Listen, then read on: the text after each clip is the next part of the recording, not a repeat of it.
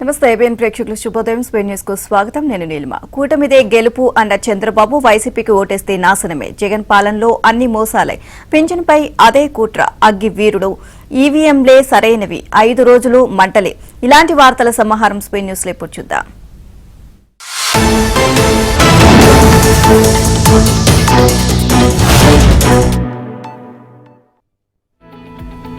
Andhra Pradesh Lok Sabha assembly ఎన్నికల్లో NDA ఘన విజయం సాధిస్తుందని, తమకు 100కి 100 విశ్వాసం ఉందని టీడీపీ అధినేత మాజీ సీఎం చంద్రబాబు అన్నారు. 160 అసెంబ్లీ, 24 లోక్సభ స్థానాల్లో గెలుస్తామని స్పష్టం చేశారు. కేంద్రంలో మోదీ నేతృత్వంలో ఎన్డీఏ అధికారంలోకి వస్తుందనే నమ్మకం తమకుందని, 400కి పైగా ఎంపీ సీట్లు సాధించాలనే లక్ష్యంగా పెట్టుకుంది అని, రాష్ట్రం నుంచి అదనంగా 20 లోక్సభ స్థానాలు ఇస్తామని చెప్పారు. ఇక మోదీ నాయకత్వంలో భారతదేశం గ్లోబల్ పవర్ గా మారుతుంది అన్నారు.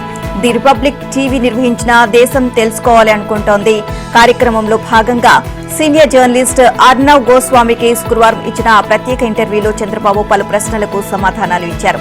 తనకు ఒక్క అవకాశం ఇవ్వాలని జగన్ అడిగితే ప్రజలు ఇచ్చారని, కానీ ఆయన దుష్పరిపాలన చూసిన తర్వాత మరో అవకాశం ఇవ్వకూడదని నిర్ణయించుకున్నారని చెప్పారు. మోదీ పరిపాలనను జనం చూశారని, అదేవిధంగా తన పాలనతో జగన్ పాలనను పోల్చుకుంటున్నారు అని, ఫలితంగా తమ వైపు మొగ్గుతున్నారు అని తెలియజేశారు. 2017లోనే తాను జమిలీ ఎన్నికలను సమర్థించానని, 5 ఏళ్లకోసారి ఎన్నికలు జరిగితే అభివృద్ధి సంక్షేమంపై దృష్టి సారించవచ్చు అని చెప్పారు.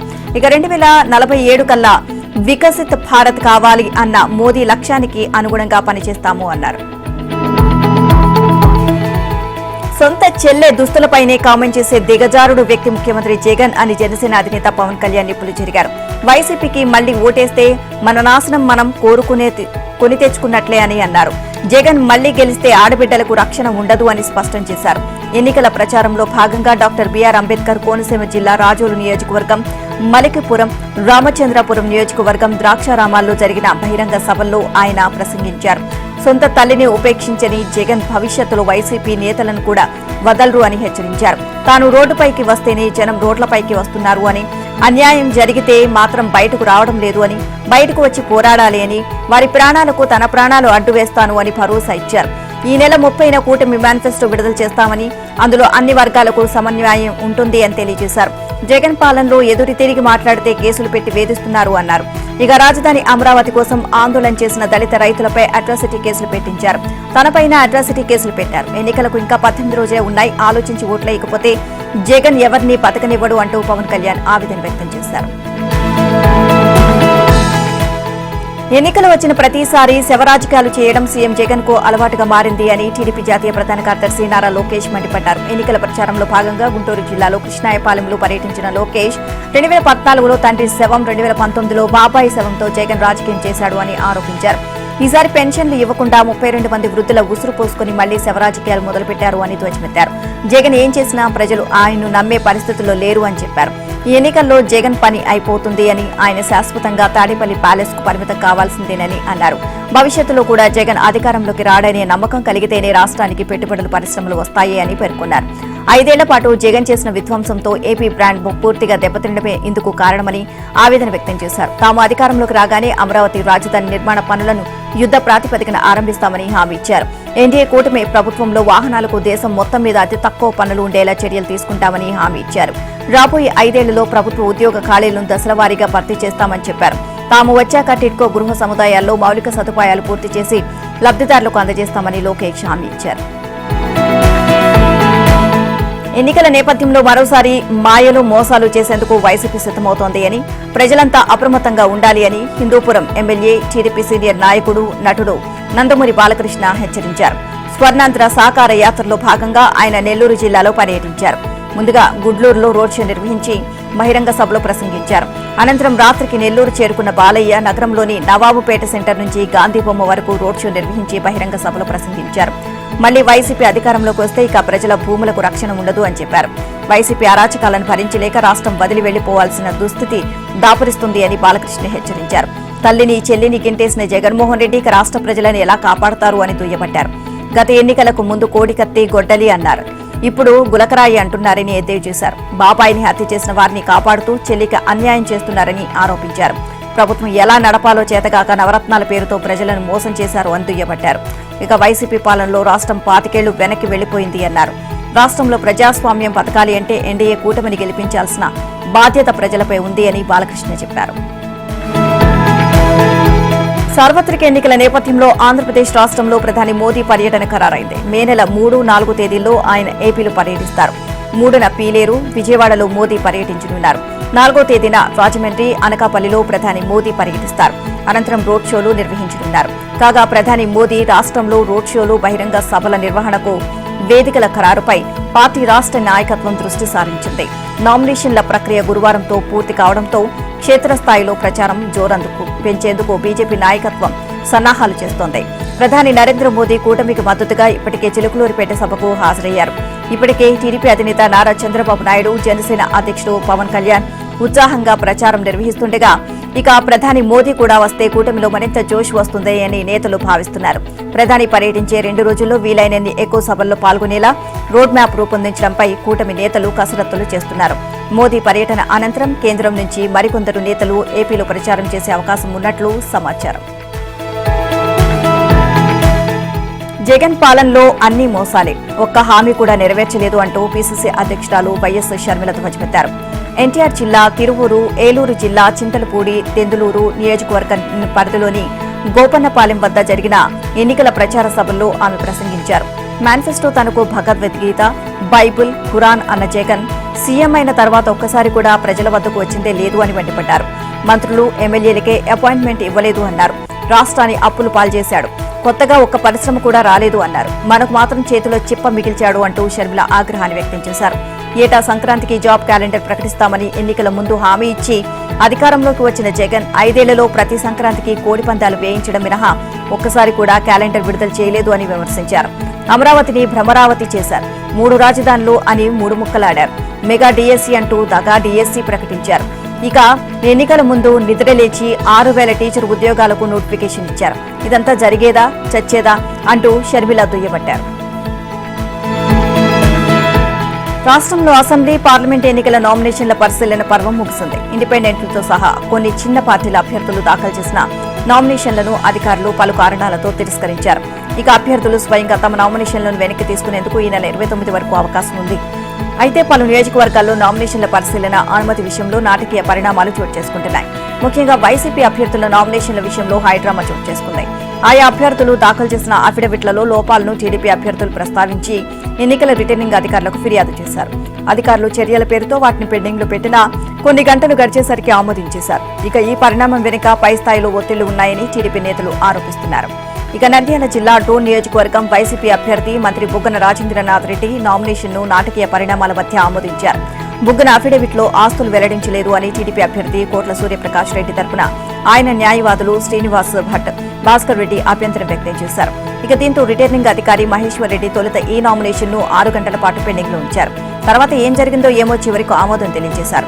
అయితే దీని వెనుక ఉన్నత స్థాయి ఒత్తిళ్లు ఉన్నాయని ఈసీకి ఫిర్యాదు చేయడంతో పాటు న్యాయ పోరాటం చేస్తామని టీడీపీ నేతలు తెలియజేశారు. సామాజిక పింఛన్లను ఇంటింటికి వెళ్లి పంపిణీ చేయలేమని రాష్ట్ర ప్రభుత్వ ప్రధాన కార్యదర్శి జవహర్ రెడ్డి తేల్చేశారు. ఏప్రిల్లో చేసినట్లుగానే మే నెలలోనూ పింఛన్ల పంపిణీ ఉంటుంది అని ఎన్నికల కమిషన్ కు స్పష్టం చేశారు. ఇక వాలంటీర్ల ద్వారా పింఛన్ల పంపిణీ కుదరదు అని, వారిని ఎన్నికల ప్రక్రియకు పూర్తి దూరంగా ఉంచాలి అని ఈసీ గతంలో ఆదేశించిన సంగతి తెలిసిందే. దీంతో ఏప్రిల్ నెల పింఛన్లపై వైసీపీ కుట్ర రాజకీయానికి తెరలేపింది. ఏప్రిల్ 3 తర్వాతే పింఛన్ల పంపిణీ ఉంటుంది అని ముందుగానే ప్రకటించినప్పటికీ విపక్షాల వల్లే పింఛన్లు ఆలస్యమవుతున్నట్లు తప్పుడు ప్రచారం చేసింది. గ్రామ, వార్డు సచివాలయ సిబ్బంది, అంగన్వాడీలు, పంచాయతీ రాజ్ సిబ్బంది ద్వారా 1-2 రోజుల్లోనే నేరుగా అవ్వాతాతలకు వారి ఇళ్ల వద్దే పింఛన్ ఇచ్చే అవకాశం ఉన్నప్పటికీ అలా చేయలేదు. నడవలేని వృద్ధులు, దివ్యాంగులకు మాత్రమే ఇళ్ల వద్ద పింఛన్ ఇస్తామని సర్కార్ ఉత్తర్వులు జారీ చేసింది. చంద్రబాబుతో పాటు విపక్ష నేతలు ఎన్నికల కమిషన్ కు ఫిర్యాదు చేశారు. మే 1వ తేదీన ఇళ్ల వద్దే పింఛన్ పంపిణీకి చర్యలు తీసుకోవాలని కోరారు. ఇక దీనిపై ఎన్నికల కమిషన్, ఎన్నికల స్పెషల్ అబ్జర్వర్ కు సీఎస్ జవహర్ రెడ్డి సమాధానమిచ్చారు. ఇంటింటికి పింఛన్ పంపిణీ అవకాశాలపై ఇప్పటికే సెర్ప్ అధికారులతో, కలెక్టర్లతో సమీక్షించామని, అది సాధ్యం కాదు అని నిర్ణయానికి వచ్చామని తెలియజేశారు. సార్వత్రిక ఎన్నికల సమయంలోనూ పాఠశాల విద్యాశాఖ తీరు మారడం లేదు. ఇప్పటికే చిక్కీలు, పుస్తకాలపై సీఎం జగన్ బొమ్మలతో ఎన్నికల కోడ్ ఉల్లంఘించిన ఆ శాఖ ఇప్పుడు 2024-25 పాఠ్య పుస్తకాల రూపకల్పనలోనూ అదే పంతా కొనసాగిస్తోంది. వచ్చే విద్యా సంవత్సరం కోసం తయారు చేసిన కొత్త పాఠ్య పుస్తకాల పీడీఎఫ్ కాపీలను పాఠశాల విద్యాశాఖ శుక్రవారం విడుదల చేసింది. ఇక విద్యార్థులు వాటిని డౌన్లోడ్ చేసుకోవచ్చు అని సూచించింది. అయితే ఎన్నికల కోడ్ అమల్లో ఉన్నప్పటికీ సీఎం జగన్ విద్యాశాఖ మంత్రి బొత్స సత్యనారాయణ పేర్లు పెట్టి వారికి ధన్యవాదాలు, కృతజ్ఞతలు తెలపడం విమర్శలకు దారితీస్తోంది. పాఠ్యపుస్తకాలు రూపొందించిన రాష్ట్ర విద్యా పరిశోధన శిక్షణ సంస్థ డైరెక్టర్ బి ప్రతాప్ రెడ్డి ప్రతి పుస్తకంలో ముందు మాట రాశారు. అందులో జగన్, బొత్సలకు కృతజ్ఞతలు తెలిపారు. సాధారణ రోజుల్లో ఇది మామూలే అయినా కోడ్ అమల్లో ఉన్న సమయంలో రాజకీయ నేతల పేర్లు ప్రభుత్వ వ్యవహారాల్లో ఉండకూడదు అని ఈసీ స్పష్టంగా పేర్కొంది. అయినప్పటికీ ఈసీ ఆదేశాలను ఉల్లంఘించి మరీ సీఎం, మంత్రి పేర్లు పెట్టారు. అంటే ఒకవేళ ఎన్నికల్లో వైసీపీ ఓడిపోయినా ఏడాది పాటు జగన్ పేరు పుస్తకాల్లో ఉండేలా ఎస్సీఈఆర్టీ ప్లాన్ చేసింది అనే సందేహాలు వ్యక్తమవుతున్నాయి. ఎన్నికల కోడ్ను ఉల్లంఘించి పేర్లు పెట్టడమే కాకుండా వాటిని ఎన్నికలకు ముందే విడుదల చేసి కోడ్ను తుంగలో తొక్కారు. ఓటు వేద్దాం, ఓటు వేయిద్దాం, ఓటు హక్కు అమూల్యమైంది అని యువత తప్పకుండా ఓటు హక్కును సద్వినియోగం చేసుకోవాలి అని ఎంపీ ధర్మపురి అరవింద్ అన్నారు. ఇక దేశ భవిష్యత్తుకు దిశానిర్దేశం చేసేది యువకులేనని అన్నారు. ప్రజలకు సేవ చేసి మంచి పనులు చేసే నాయకుడిని ఎన్నుకోవాల్సిన బాధ్యత యువకులపై ఉంది అన్నారు. ఇక ఇవాళ నిజామాబాద్ నగరంలోని పాలిటెక్నిక్ మైదానంలో నిర్వహించిన చాయ్ పే చర్చ కార్యక్రమానికి MP Dharmapuri Arvind, urban MLA Dhanpal Suryanarayana ముఖ్య అతిథులుగా హాజరయ్యారు. కేవలం ఒక వర్గం కోసమే కాంగ్రెస్ మేనిఫెస్టో ఏర్పాటు చేయడంపై మండిపడ్డారు. ఓటు బ్యాంకు రాజకీయాలకు పాల్పడడం ఏమిటి అని ప్రశ్నించారు. కేంద్ర ప్రభుత్వ హయాంలో ప్రజా సంక్షేమమే ధ్యేయంగా ప్రధాని మోదీ కృషి చేస్తున్నారు అని అన్నారు. ఈ సందర్భంగా దేశంలోని రైల్వే స్టేషన్ల ఆధునీకరణకు ప్రత్యేక నిధులు కేటాయించి కృషి చేశారు అని తెలియజేశారు. నిజామాబాద్ నగరాన్ని స్మార్ట్ సిటీగా తీర్చిదిద్దేందుకు కృషి చేస్తాను అని ధర్మపురి అరవింద్ అన్నారు. రామరాజ్య స్థాపనకు కమలానికే పట్టం కట్టడం అని కోరారు. ఇక నిజామాబాద్ జిల్లాలో ఒక్కసారి అవకాశం ఇచ్చి ఆశీర్వదించాలని అరవింద్ ప్రజలను కోరారు. ఎన్నికలు సమీపిస్తుండటంతో మైలవరం నియోజకవర్గంలో కడప గ్యాంగ్ తిష్టవేసింది. కీలక నియోజకవర్గాల్లోకి జగన్ తన మనుషులు పంపించి పోల్ మేనేజ్మెంట్, డబ్బుల పంపిణీ మొత్తం జగన్ మనుషుల కనుసన్నలు జరగనున్నాయి. ఇక వైసీపీ నుంచి టీడీపీలో చేరిన వసంత కృష్ణప్రసాద్పై సీఎం జగన్ గురిపెట్టారు. ఎన్నికల్లో ఓడించాలని మైలవరంలో కడప గ్యాంగును దించినట్లు టీడీపీ నేతలు ఎన్నికల రిటర్నింగ్ అధికారికి ఫిర్యాదు చేశారు.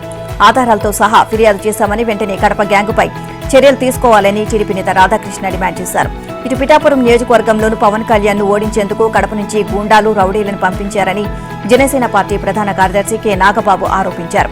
మీరు ఎంతమందిని పంపిస్తారో పంపించండి, ఎదుర్కొనేందుకు తాము పిఠాపురం ప్రజలు సిద్ధంగా ఉన్నామని తెలియజేశారు. ఎవరికి బెదిరేది లేదు అన్నారు. పిఠాపురం ప్రజలు మద్దతు ఉన్నంతకాలం ఎవరేం చేయలేరు అని నాగబాబు స్పష్టం చేశారు. ఏపీలో మే 13న జరగనున్న ఎన్నికల్లో శాంతి భద్రతల సమస్యలు తలెత్తకుండా తక్షణ చర్యలు చేపట్టేందుకు సమర్థ్ మొబైల్ యాప్ ఎంతగానో ఉపయోగపడుతుంది అని ఈ యాప్ను అన్ని జిల్లాల ఎస్పీలు, సిపిలు, సెక్టార్ ఆఫీసర్లు వినియోగించాలి అని రాష్ట్ర ఎన్నికల ప్రధానాధికారి ముఖేష్ కుమార్ మీనా ఆదేశించారు. ఇక ఎన్నికల వేళ స్మార్ట్ అండ్ క్విక్ పోలీసింగ్ కోసం ఈ యాప్ ఎంతో దోహదపడుతుంది అన్నారు. సమస్యాత్మక, సాధారణ పోలింగ్ కేంద్రాల లొకేషన్లను ఎంతో సులభంగా గుర్తించవచ్చు అని తెలియజేశారు. తద్వారా మొబైల్ పార్టీలు, స్పెషల్ స్ట్రైకింగ్ బృందాలను తక్షణమే పంపించే అవకాశం ఉంటుంది అన్నారు. కంట్రోల్ రూమ్ నుండే పోలీస్ బలగాల లొకేషన్లను గూగుల్ మ్యాప్ ద్వారా ట్రాక్ చేయవచ్చు అని అభిప్రాయం వ్యక్తం చేశారు. ఎన్నికల సమయంలో ఇటువంటి smart and quick policing mobile యాప్ను అభివృద్ధి పరిచి ప్రయోగాత్మకంగా బాపట్ల జిల్లాలో వినియోగిస్తున్న బాపట్ల ఎస్పీ వకుల్ జిందాల్ను మీనా అభినందించారు. అంతకుముందు సీఈఓ మీనాను ఎస్పీ జిందాల్ అమరావతి సచివాలయంలో మర్యాదపూర్వకంగా కలిసి తమ జిల్లాలో ఉపయోగిస్తున్న ఈ సమర్థ్ మొబైల్ యాప్ గురించి వివరించారు. తమ జిల్లా ఐటీ కోర్ విభాగం రూపొందించిన ఈ యాప్ను ప్రయోగాత్మకంగా ఈ నెల 22 నుంచి వినియోగిస్తూ మంచి ఫలితాలను సాధిస్తున్నట్లు తెలియజేశారు. 15 ఆగస్టులోగా రైతులకు 2 లక్షల రుణమాఫీ చేసి తీరుతాము అని సీఎం రేవంత్ రెడ్డి మరోమారు స్పష్టం చేశారు. ఈ విషయమై బీఆర్ఎస్ ఎమ్మెల్యే హరీష్ రావు చేసిన సవాల్ను తాను స్వీకరిస్తున్నాను అని ప్రకటించారు. హరీష్ రావు తన రాజీనామా లెక్కను రెడీగా పెట్టుకోవాలి అన్నారు. రైతులు తమ కుటుంబమేనని, వారికి రుణమాఫీ చేయకపోతే తమకు అధికారం ఎందుకు అని రేవంత్ అన్నారు. ఇక రుణమాఫీకి 40,000 కోట్ల వరకు అవుతాయని, ఇవి కేసీఆర్ కాళేశ్వరం ప్రాజెక్టులో దోచుకున్న 1,00,000 కోట్ల కన్నా, హైదరాబాద్ చుట్టూ ఆక్రమించుకున్న వేలాది ఎకరాల కన్నా ఎక్కువేనా అని ప్రశ్నించారు. ఒక ఏడాది కడుపు కట్టుకుంటే రుణమాఫీకి అయ్యే 40,000 కోట్లను ఎడమ చేత్తో బ్యాంకులకు చెల్లిస్తామన్నారు. ఇక ఆగస్టు 15లోగా రుణమాఫీ చేసే బాధ్యత తనదే అని చెప్పారు. మోసం చేయాలి అనుకున్న ప్రతిసారి హరీష్ రావుకు అమరవీరుల స్తూపమే గుర్తుకు వస్తుంది అని రేవంత్ రెడ్డి తెలియజేశారు. అమరవీరుల స్తూపాన్ని తన మోసానికి ముసుగులా హరీష్ రావు మార్చుకున్నారు అని విమర్శించారు. ఇన్నాళ్లుగా ఆయన ఎప్పుడైనా అమరవీరుల స్తూపం వద్దకు వెళ్లారా అని ప్రశ్నించారు. చాంతాడంత లేఖ రాసుకొచ్చి రాజీనామా లేఖ అంటున్నారని, రాజీనామా లేఖ అలా ఉండదు అని చెప్పారు. హరీష్ తన మామ చెప్పిన సీసా మధ్యమంత లేఖలో రాసుకొచ్చారు అంటూ సెటైర్ విసిరారు. ఇక స్పీకర్ ఫార్మాట్ లో లేకుంటే రాజీనామా లేఖ చెల్లదు అన్నారు. ఆయన తెలివి మోకాళ్ల నుంచి అరికాళ్లలోకి జారినట్లుంది అని రేవంత్ వ్యాఖ్యానించారు. కాంగ్రెస్ బీజేపీ ఏకమై ప్రాంతీయ పార్టీలను దెబ్బతీసి వాటి ప్రాబల్యం పెంచుకునే కుట్రలు చేస్తున్నాయని మాజీ ముఖ్యమంత్రి కేసీఆర్ ఆరోపించారు. కాంగ్రెస్ కు బీఆర్ఎస్ బీ టీం అని బీజేపీ అంటుంది అని, బీజేపీకి బీ టీం అని కాంగ్రెస్ ఆరోపిస్తుంది అని, నిజానికి బీజేపీ కాంగ్రెస్ ఒకటేనని అన్నారు. తెలంగాణలో బీఆర్ఎస్ సెక్యులర్ ప్రభుత్వాన్ని నడిపింది అని, ప్రాణం పోయినా సెక్యులర్ గానే ఉంటామని తెలియజేశారు. మహబూబ్ నగర్ జిల్లా కేంద్రంలో పార్టీ అభ్యర్థి మన్నే శ్రీనివాస్ రెడ్డి గెలుపు కోసం ఆయన రోడ్ షో నిర్వహించారు. క్లాక్ టవర్ చౌరస్తాలో కార్నర్ మీటింగ్ లో మాట్లాడారు. రాష్ట్రంలో చోటే భాయ్, కేంద్రంలో బడే భాయ్ల్లో ఎవరికి ఓటు వేసినా వ్యవసాయ బావుల వద్ద మీటర్లు పెట్టడం ఖాయమన్నారు. ప్రధాని మోదీ 2014లో ఇచ్చిన హామీలు ఇప్పటి వరకు అమలు కాలేదు అన్నారు. అధికారంలోకి వస్తే ప్రతి కుటుంబానికి 15 లక్షలు ఇస్తానని చెప్పారని, ఇప్పటి వరకు ఎవరికి ఇవ్వలేదు అని విమర్శించారు. రాష్ట్రానికి నవోదయ పాఠశాలలో మెడికల్ కాలేజీలు ఏమీ ఇవ్వలేదు అని తప్పుపట్టారు. ఇక కాంగ్రెస్ ప్రభుత్వం ఏర్పడి 5 నెలలు అవుతోంది అని, మాయమాటలు చెప్పి అధికారంలోకి వచ్చినా ఏమీ చేయలేదు అని కేసీఆర్ విమర్శించారు. రేవంత్ రెడ్డి ప్రభుత్వాన్ని బీజేపీ ఎట్టి పరిస్థితుల్లోనూ కూల్చబోదు అని, అదే కూలిపోతే తమకు ఎలాంటి సంబంధం లేదు అని పార్టీ రాష్ట్ర అధ్యక్షుడు కేంద్ర మంత్రి జి కిషన్ రెడ్డి స్పష్టం చేశారు. బీజేపీ రాష్ట్ర కార్యాలయంలో కిషన్ రెడ్డి మీడియాతో మాట్లాడారు. ఎమ్మెల్యేలను కాపాడుకోలేని బీఆర్ఎస్ అధినేత కేసీఆర్ కు లోక్సభ ఎన్నికల్లో ఓట్లు అడిగే నైతిక హక్కు లేదు అన్నారు. ఇక ఈ ఎన్నికల్లో బీఆర్ఎస్ కు ఒక్క సీటు కూడా రాదు అని, రాష్ట్రంలో బీజేపీ 2 అంకెల సీట్లను సాధిస్తుంది అని ధీమా వ్యక్తం చేశారు. ఇక బీజేపీకి ప్రజల ఆదరణ పెరుగుతుంటే బీఆర్ఎస్, కాంగ్రెస్ పార్టీలు ఓర్వలేకపోతున్నాయని అన్నారు. సికింద్రాబాద్ లోక్సభ నియోజకవర్గంలో తాను ఎలాంటి అభివృద్ధి చేయలేదు అని నిందలు మోపుతున్నారని, ఇది వాస్తవం కాదని, అభివృద్ధి సంక్షేమమే లక్ష్యంగా పనిచేశానని తెలియజేశారు. బీజేపీ అధికారంలోకి వస్తే రిజర్వేషన్లను ఉండవని కాంగ్రెస్ తప్పుడు ప్రచారం చేస్తోంది అని, మతి భ్రమించిన వాళ్లే ఇలాంటి మాటలు మాట్లాడుతున్నారని మండిపడ్డారు. కేంద్రంలో బీజేపీ మళ్లీ అధికారంలోకి వస్తే ముస్లిం రిజర్వేషన్లను బరాబర్ ఎత్తేస్తామని తేల్చి చెప్పారు. ఇక బీసీలోని పేదలకు అన్యాయం చేస్తూ కాంగ్రెస్ ప్రభుత్వం రాష్ట్రంలో మతపరమైన రిజర్వేషన్లను అమలులోకి తెచ్చింది అని ఆరోపించారు. ఇక తెలంగాణకు నష్టం చేసింది కేసీఆర్, ఆయన కుటుంబమే అని ఆరోపించారు. కేసీఆర్ ఇక ఆ ఫామ్ హౌస్ కు పరిమితం కావడమే మంచిది అని కిషన్ రెడ్డి. ఏపీ హైకోర్టులో తాను వేసిన కేసులో విశాఖపట్నం స్టీల్ ప్లాంట్ భూములు విక్రయించకూడదు అంటూ న్యాయమూర్తి స్టే ఇచ్చారని, ఇదంతా మీడియా సహకారం, ప్రజల మద్దతుతోనే సాధ్యమైంది అని ప్రజాశాంతి పార్టీ అధ్యక్షులు కేఏ పాల్ అన్నారు. ఈ కేసులో తన తరపున వాదించాల్సిన లాయర్ అమ్ముడుపోయారని, దాంతో తానే స్వయంగా కోర్టుకు హాజరై కేసు వాదించుకున్నానని తెలియజేశారు. దాని ఫలితంగానే స్టీల్ ప్లాంట్ భూములు అమ్మవద్దంటే కేంద్రానికి కోర్టు ఆదేశించింది అన్నారు. హైకోర్టు తీర్పు నేపథ్యంలో కేఏ పాల్ కూర్మన్నపాలెంలో ఉక్కు పరిరక్షణ పోరాట కమిటీ ఆధ్వర్యంలో నిర్వహిస్తున్న రిలే నిరాహార దీక్షల శిబిరాన్ని సందర్శించారు. ఇక ఈ సందర్భంగా పాల్కు ఉక్కు కాంట్రాక్టు కార్మికులు పాలాభిషేకం చేశారు. మునిపెన్నడూ లేనంతగా ఎండ, వేడి, తీవ్ర వడగాల్పులతో దేశంలోని అనేక ప్రాంతాలు ఉడుకుతున్నాయి. రోహిణి కార్తెకు మరో నెల రోజుల సమయం ఉండగానే రోడ్లు బద్దలయ్యేలా కాస్తున్న ఎండలతో ప్రజలు ఠారెత్తిపోతున్నారు. ఈ ఏడాది వేసవి తీవ్రంగా ఉంటుంది అని వాతావరణ నిపుణులు, భారత వాతావరణ శాఖ అధికారులు ముందే హెచ్చరించారు. గతేడాది కంటే ప్రస్తుత ఏడాది రికార్డు స్థాయి ఉష్ణోగ్రతలు నమోదు కావచ్చని ఐఎండీ సీనియర్ అధికారి డిఎస్ పాయ్ తెలియజేశారు. ఇప్పటి వరకు 2023 అత్యంత వేడి సంవత్సరంగా నమోదైందని, అయితే ఈ ఏడాది ఆ రికార్డును అధిగమిస్తుంది అని అంచనా వేశారు. ఇక రానున్న 5 రోజుల్లో దక్షిణాదిలో ఏపీ, తమిళనాడు, తెలంగాణ, కర్ణాటక, వీటికి అనుకుని ఒడిశా, ఛత్తీస్గఢ్, మధ్యప్రదేశ్, విదర్భ, మహారాష్ట్ర, ఉత్తరప్రదేశ్లోని అనేక ప్రాంతాల్లో వేడి వాతావరణం కొనసాగడమే కాకుండా వడగాల్పులు వీస్తాయని ఐఎండీ హెచ్చరించింది.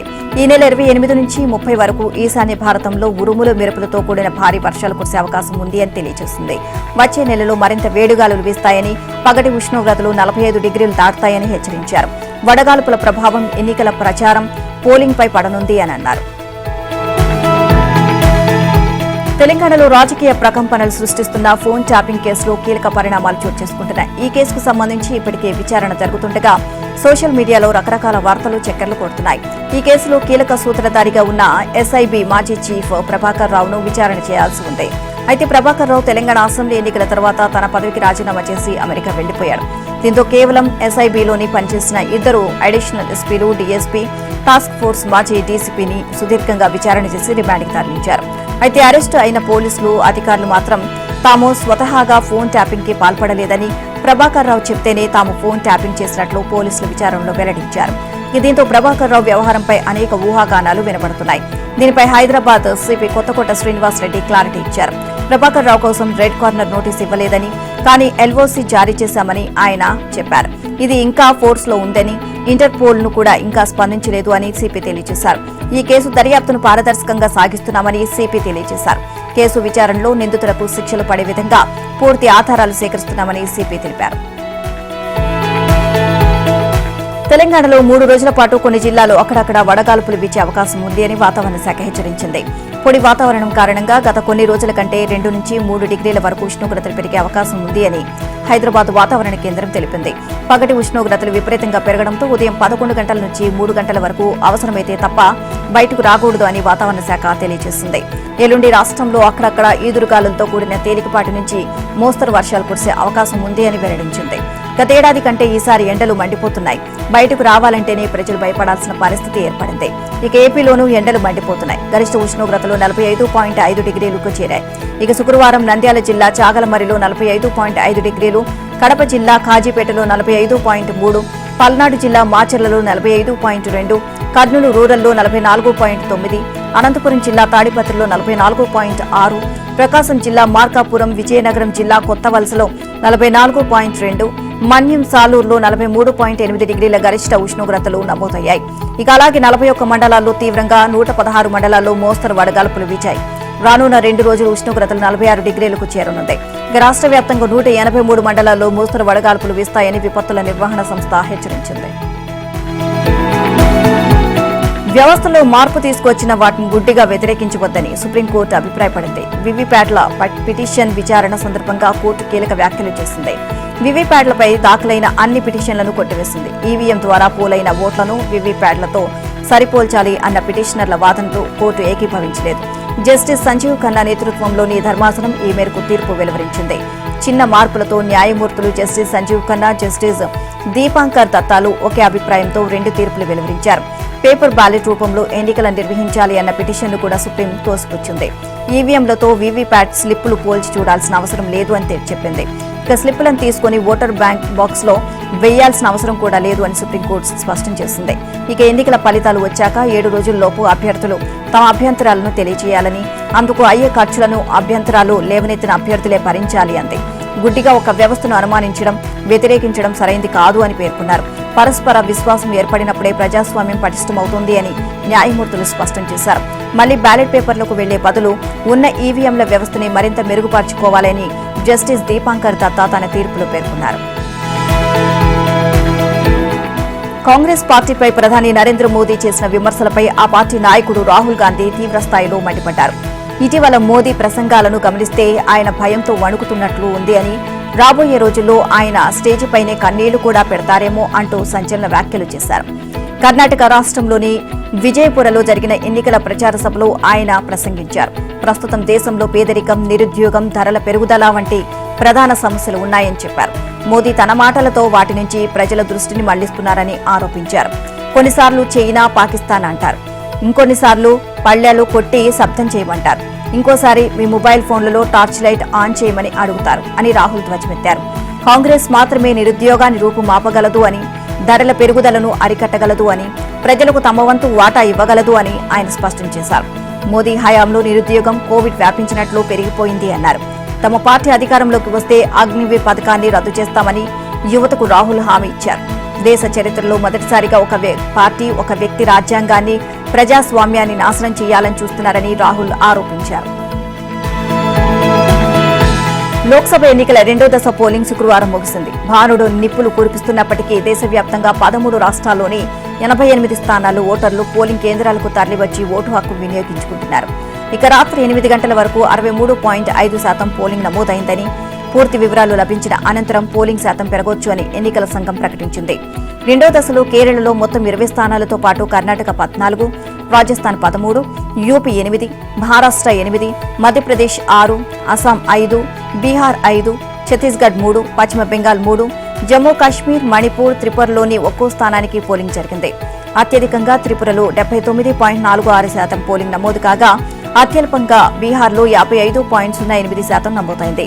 ఇక 2వ దశలో 89 నియోజకవర్గాల్లో పోలింగ్ జరగాల్సి ఉండగా 88 స్థానాల్లోనే జరిగింది. మధ్యప్రదేశ్లోని బేతూల్లో బరిలో ఉన్న బీఎస్పీ అభ్యర్థి మరణించడంతో ఆ స్థానానికి పోలింగ్ మే 7న జరిగే 3వ దశ ఎన్నికలతో కలిపి నిర్వహించనున్నారు. కేరళలో మొత్తం 20 సీట్లకు ఎన్నికలు జరిగాయి. దేశవ్యాప్తంగా చెదురుమదురు ఘటనలు మినహా పోలింగ్ ప్రశాంతంగా జరిగింది అని ఈసీ తెలియజేసింది. ఈడెన్ గార్డెన్స్ లో పంజాబ్ రికార్డు సృష్టించింది. కోల్కతా నిర్దేశించిన 262 పరుగుల టార్గెట్ ను మరో 8 బంతులు మిగిలి ఉండగానే కేవలం 2 వికెట్లను మాత్రమే కోల్పోయి పూర్తి చేసింది. టీ20లో అత్యధిక లక్ష్యాన్ని ఛేదించిన జట్టుగా పంజాబ్ అవతరించింది. ప్రభ్ సిమ్రాన్ శుభారంభానికి బెయిర్స్టో శతకం తోడవగా చివర్లో శశాంక్ సింగ్ సుడిగాలి ఇన్నింగ్స్ తో కోల్కతా బౌలర్లు బిత్తరపోవాల్సి వచ్చింది. అంతకుముందు కేకేఆర్ బ్యాటర్లు సాగించిన జోరు కూడా కింగ్స్ ఆట ముందు చిన్నపోయింది. ఇక ఆరంభంలో భ్రమ్ సిమ్రాన్ మధ్య ఓవర్లలో బెయిర్స్టో, చివర్లో శశాంక్ ప్రతాపం సాగింది. ఇక స్పిన్నర్ నరైన్ మాత్రం రన్స్ తో కట్టడి చేయగలిగాడు. ప్రభ్ సిమ్రాన్ 3వ ఓవర్లోనే 23 పరుగులు అందించాడు. ఇక వన్ డౌన్ లో రొసో కూడా ఉన్న కాసేపు వేగం కనబరిచాడు. ఇక అటు బెయిర్స్టో సిక్సర్ తో 23 బంతుల్లో హాఫ్ సెంచరీ పూర్తి చేశాడు. అయితే రొసోను నరైన్ ను అవుట్ చేసిన శశాంక్ రాకతో పంజాబ్ దూకుడు ఆగలేదు. 23 బంతుల్లోనే శశాంక్ 50 పూర్తి కాగా మరోవైపు 45 బంతుల్లోనే బెయిర్స్టో తన సెంచరీని పూర్తి చేశాడు. 12 బంతుల్లో 9 పరుగులు కావాల్సిన వేళ శశాంక్ మరో సిక్సర్ తో 8 బంతులు ఉండగానే మ్యాచ్ ను ముగించేశాడు.